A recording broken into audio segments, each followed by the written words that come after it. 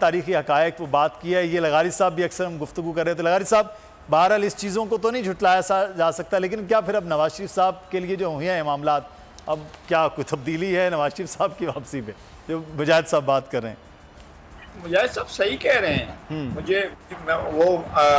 مجھ سے شاید اختلاف کر رہے ہیں یا اتفاق کر رہے ہیں، لیکن اس سے قطع نظر وہ صحیح کہہ رہے ہیں.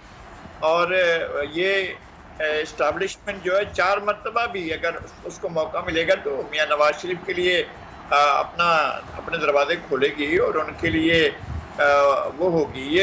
یہ چھوٹے صوبوں کے بیچارے لوگ ہوتے ہیں جن کو زندگی میں اس طرح کی سہولتیں نہیں ہوتی، یا وہ بنگال والے تھے جن کو وہ حیثیت حاصل نہیں تھی. یہ باقی لوگوں کو تو بھگتنا پڑتا ہے. یہ بیٹھے ہیں نا ہمارے جو آج کے شہزادے جن کو کل سارے سہولت کار مل کر جو ہے وہ ایسے لے کر آئے تھے جیسے کوئی دلہا کو لے کر آتے ہیں، لیکن ان کو ابھی تک کوئی بھی ہاتھ نہیں لگا سکتا ہے. یہ ہے نہیں.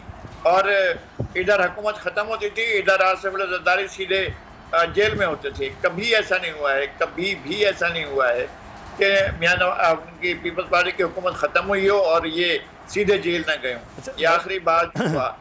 لغاری صاحب قطع کلامی کی معافی میں چاہوں گا. یہ آپ نے بنگال کی بات کی. کل سے سوشل میڈیا پہ آپ دیکھ رہے ہیں کراچی کی میئرشپ کے الیکشن کو بنگال کے الیکشن اور تقسیم کے اوپر بار بار مثال دی جا رہی ہے، اور وہ بھی جماعت اسلامی کی جانب سے. یہ تھوڑی سر وضاحت کیجئے گا، یہ کیا مماثلت ہے اس میں؟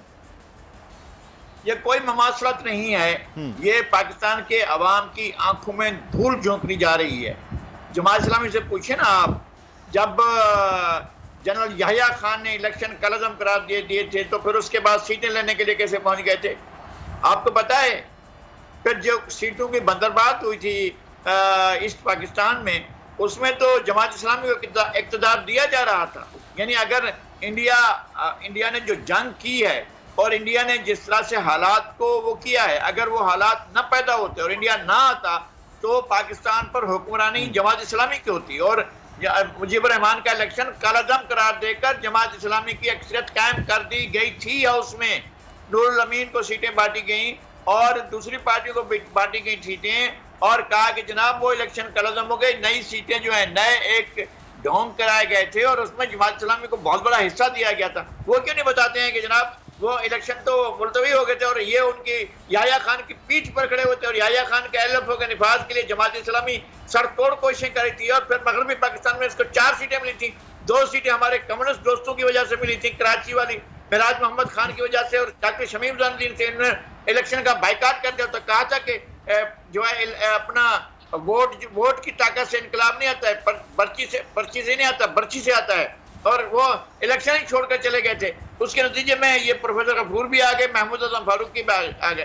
محمود اعظم فاروقی کی سیٹ بھی کبھی آدھی کبھی ہوتی تھی، کبھی شفیق قالوی آ جاتے تھے، کبھی یہ ہوتے تھے. اور اس کے بعد صوبائی اسمبلی میں ایک سیٹ ملی تھی نازم آباد سے. نازم آباد سے پیپلز پارٹی جیتی. سولجر بازار سے پٹیل پاڑا سے، پاکستان کوارٹر سے، جمشید کوارٹر سے یہاں سے پیپلز پارٹی جیتی تھی. صدر سے، بنس روڈ سے پیپلز پارٹی جیتی تھی، اور کرنگی سے پیپلز پارٹی جیتی تھی، فیڈرل بیرا سے پیپلز پارٹی جیتی تھی، بلدیہ ٹاؤن سے پیپلز پارٹی جیتی تھی. 9 سیٹیں صوبائی اسمبلی کی جیتی. جماعت اسلامی نے 1 سیٹ لی تھی.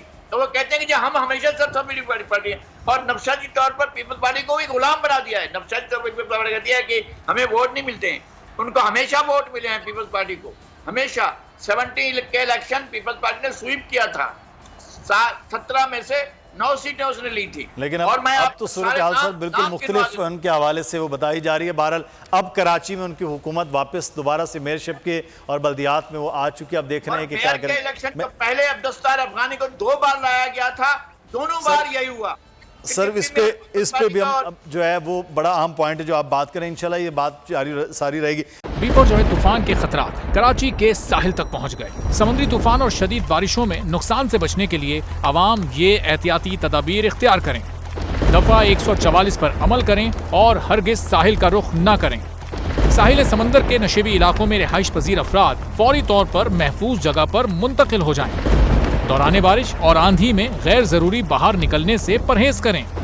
تمام ضروری ادویات پلاسٹک کے بیگ میں اپنے ساتھ رکھیں. بجلی کے تار اور کھمبوں سے دور رہیں اور انہیں ہرگز نہ چھوئیں، یہ جان لیوا ہو سکتی ہیں. گاڑی چلاتے ہوئے احتیاط کریں اور سلو ڈرائیونگ کریں.